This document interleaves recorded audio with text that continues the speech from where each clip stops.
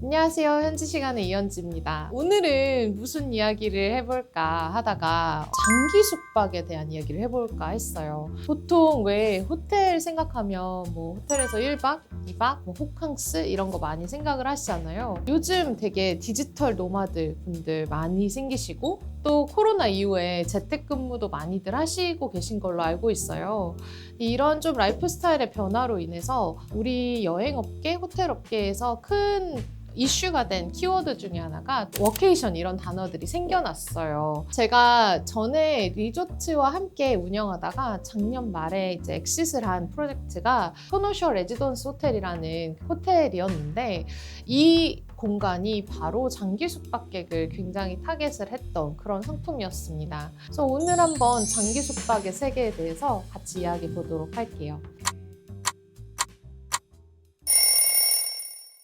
장기 숙박이라는 컨셉이 요즘 갑자기 막 한 달 살기 이런 단어로 나오는 것만 같지만 사실 19세기에 유럽 귀족들이 윈터링이라는 걸 했어요. 윈터링이 뭔가 유럽에 겨울에 가보신 분들은 아시겠지만 정말 힘듭니다. 사실은 우리는 온도, 우리 조상들의 지혜로 온돌도 있고 뭐 아주 옛날부터 굉장히 그 공간을 따뜻하게 데우는 그런 좀 기술이 있었던 것 같아요. 그런데 유럽은 지금까지도 라디에이터라는 거를 많이 쓰거든요. 그래서 이 윈터링이라는 거는 이 19세기 유럽 귀족들이 본인들이 부리는 하인들까지 다 거의 뭐 이사 가듯이 싸가지고 그 긴 겨울을 프랑스의 니스라든지 칸이라든지 좀 따뜻한 곳으로 넘어가가지고 겨울을 다 보내고 돌아오는 그런 것들을 뜻했다고 합니다. 그렇게 좀 윈터링을 하다 보니까 본인이 별장을 직접 지어서 가지고 있는 사람들도 있었지만 그렇게 하지 않고 그런 호텔처럼 숙박업소들이 생겨나서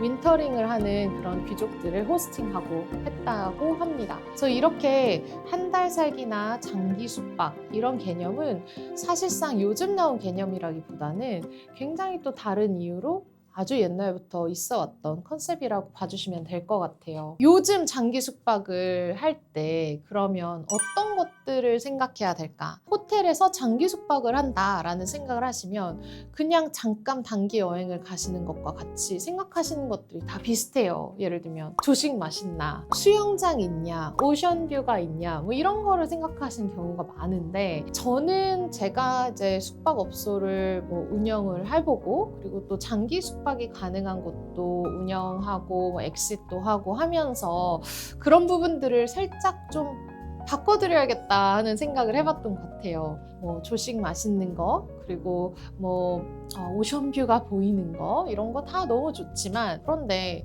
생각해 보세요. 호텔 조식이라는 건 사실 매일매일 세팅도 같아요. 그래서 내가 만약에 뭐 여기서 한 달, 두 달을 산다 생각하시면 일단 첫 번째 가격적인 부분 내가 이 호텔 조식을 아무리 할인받아 먹더라도 아침 식사부터 한 2, 3만 원 이상씩 내면서 이걸 먹을 것인가.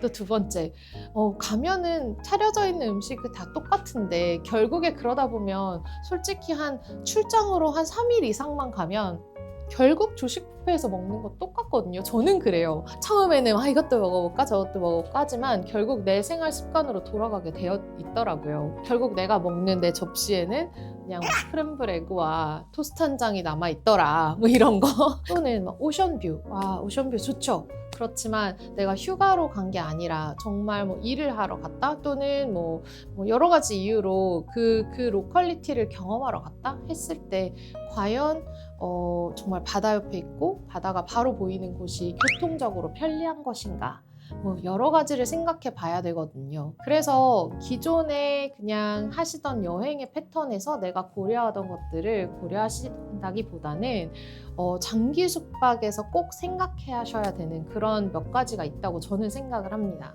이건 정말 제 경험에서 우러나온 거를 좀 말씀을 드리고 싶어요. 첫 번째, 주방입니다. 주방을 고려해야 된다라고 하면 호텔에서 요리하는 거 괜찮아요? 이런 질문들을 많이 하세요. 그런데 이렇게 장기 숙박을 그 염두에 두고 만들어진 호텔 상품들 아니면 호텔 시설의 경우에는 어느 정도의 조리는 염두에 두고 다 디자인을 합니다. 그런데 당연히 이 호텔이라는 공간은 뭐 장기 숙박이든 단기 숙박이든 내가 여기서 거주를 하는 게 아니기 때문에 여기에서 빨리빨리 이제 다른 사람이 오더라도 새 객실 같은 그런 상태를 갖춰 놓는 게 굉장히 중요하잖아요. 그래서 보통의 이런 장기 숙박 시설의 경우에는 이렇게 뭐 생선을 굽는다든지 고기를 굽는다든지 하는 것들은 조금 자제해달라는 그런 규정들을 마련해 놓고 있을 거예요. 단기 숙박의 경우에는 간단한 조리 정도는 허용이 됩니다. 그러면 주방을 보실 때 어떤 것들을 보셔야 할까? 주방 시설이 어느 정도까지, 그리고 주방 기구가 어느 정도까지 준비되어 있는지 정말 꼼꼼하게 체크해 보셔야 실제로 한 달, 두 달, 세 달을 사실 경우에 내가 막 여기서 그러면 한 달 여행 왔는데 이걸 사야 되나? 이런 고민을 하지 않으실 수 있는 좀 실질적인 팁이 될 것 같아서 좀 한 번 더 말씀드리고요.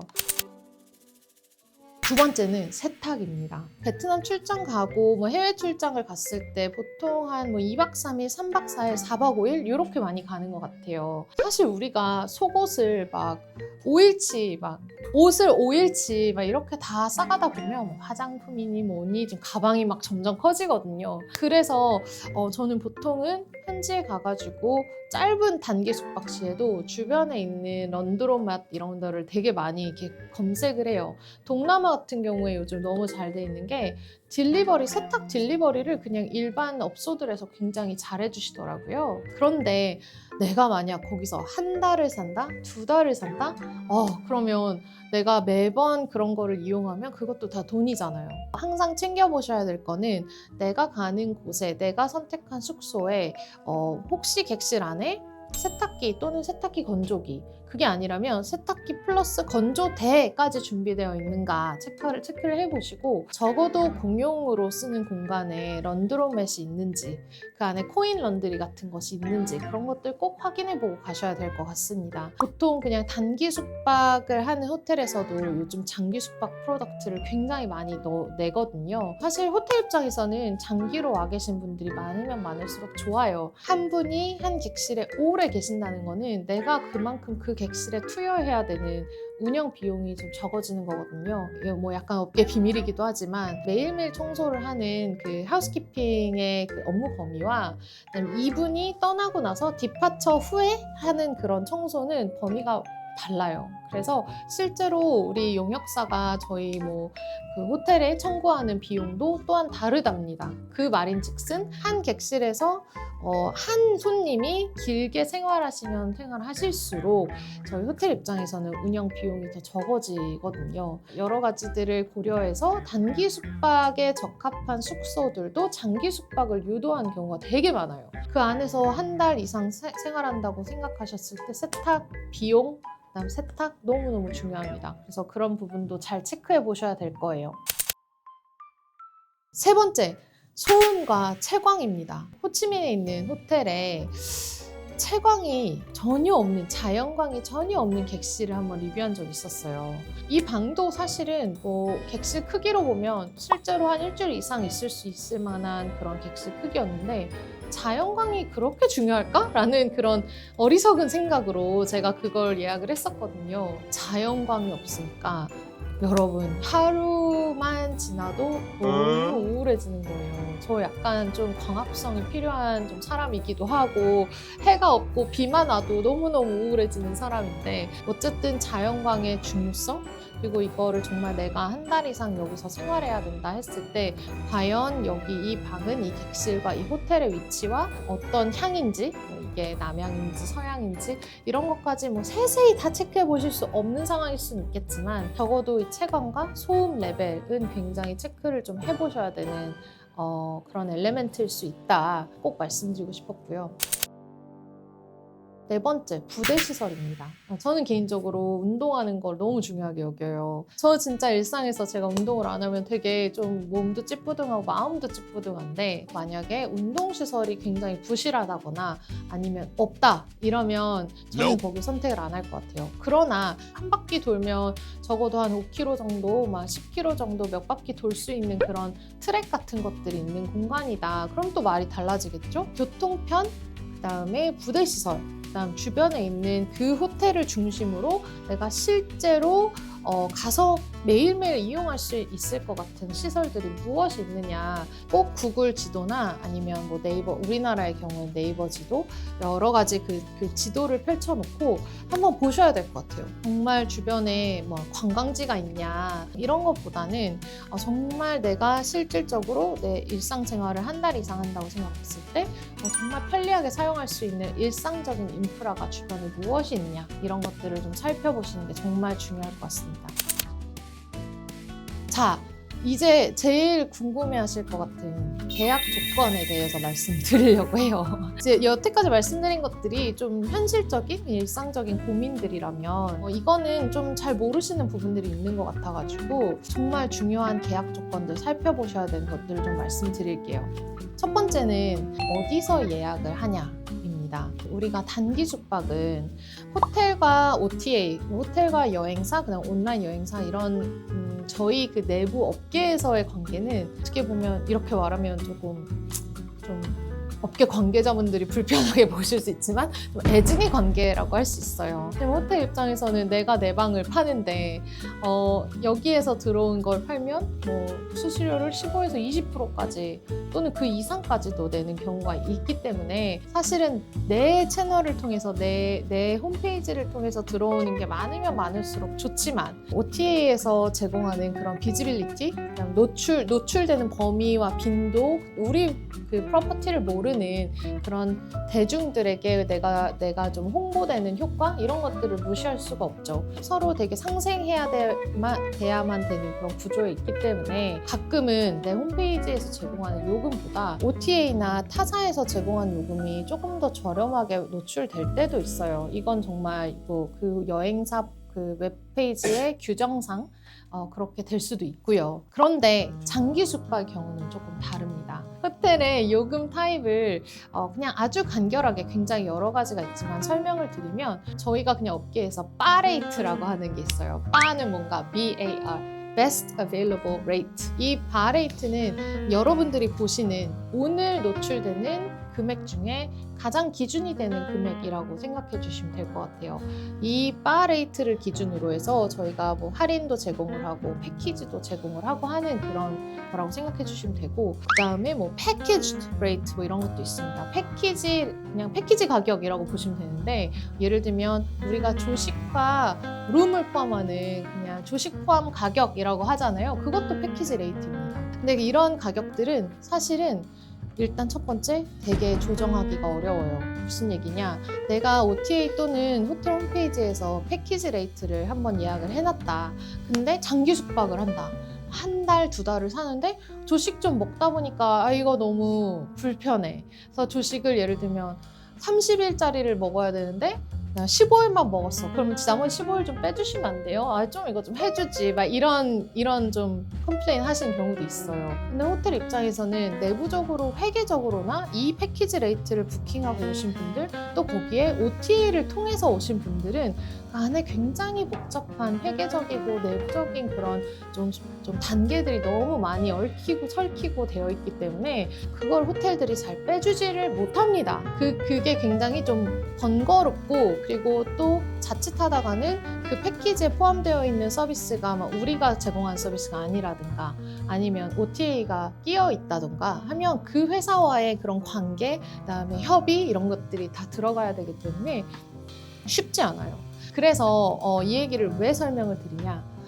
negotiated rate, 그러니까 협상하는 가격 이런 게 있거든요. 결국 쉽게 말하면 호텔하고 직접 협상하는 가격 이런 말씀을 드리고 싶습니다. 이게 각 호텔에 거의 요즘에 뭐 AI로 대체되는 그런 인력들도 분명히 나오긴 하겠지만 아직까지는 현실적으로 세일즈 팀이나 예약실에서 정말 사람이 이런 업무를 담당하는 경우가 굉장히 다반사예요. 제가 처음에 말씀드렸다시피 장기 숙박 고객은 호텔 입장에서 굉장히 감사한 고객들이거든요. 그래서 이런 고객들을 유치하기 위해서 호텔들은 굉장히 많은 노력들을 하는데, 그렇기 때문에 예를 들면 호텔에 직접 뭐 이메일 또는 전화 뭐 연락을 하셔서 내가 이러이러한 사람인데 이 가격을 좀 알아보고 싶다.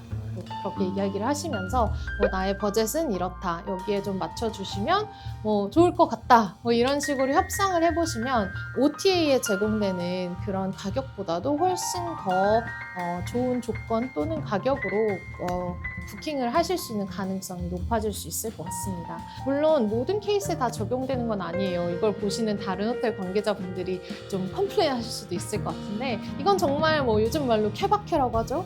그렇지만 그냥 호텔을 운영하는 입장에서 말씀드리면, 저라면 정말 저한테 다이렉트로 연락해 주시는 분들, 그리고 정말 서로 좀 휴먼 터치가 있으면서 상황을 이해하게 되는 분들에게 그 상황에 가장 최적화된 합리적인 가격을 드릴 수 있을 것 같다는 생각으로 말씀을 드립니다.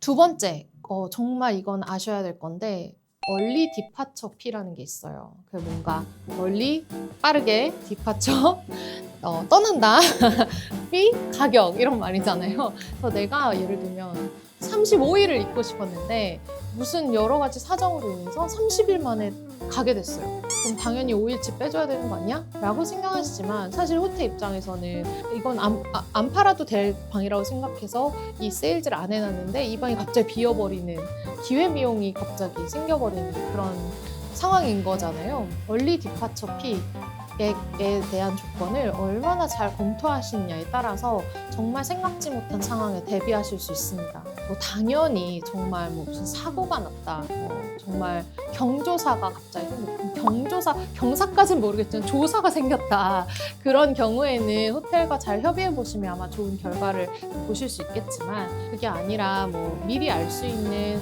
업무상 일정들 이런 것들이 생겼을 때 내 얼리 디파처 피가 얼마다, 이런 것들은 정말 잘 보셔야 되는 그런 디테일인 것 같습니다. 세 번째 중요한 것은 뭐가 포함되어 있느냐, 무엇이 포함되어 있느냐입니다. 가장 많이 좀 서로 오해가 있는 부분들이 청소 빈도 이런 것들이에요. 단기로 한 3일 있으신 분들의 경우 매일매일 좀 청소를 해드리는 경우가 있지만, 바로 이전에 얘기했던 그 협상 가능한 뭐 장기 숙박 레이트 이런 것들은 사실상 단기 숙박으로 하루에 10만 원씩 받던 방을 30일 지내신다고 300만 원을 다 받진 않거든요. 그런데 만약 내가 300만 원이 아니라 호텔 입장에서는 뭐 250만 원을 받았다라고 하는 경우에 그 빼준 50만 원 안에는 내가 이 방을 그만큼 운영 비용을 들이지 않아도 되겠구나 하는 그걸 염두에 뒀기 때문에 또 그 할인이 가능한 거죠. 그래서 이런 경우에 보통 나는 호텔에서 맨날 이런 서비스를 받았었는데 왜 내가 같은 호텔에 왔는데 서비스 못 받는 거야? 라고 컴플레인 하시는 경우가 있습니다.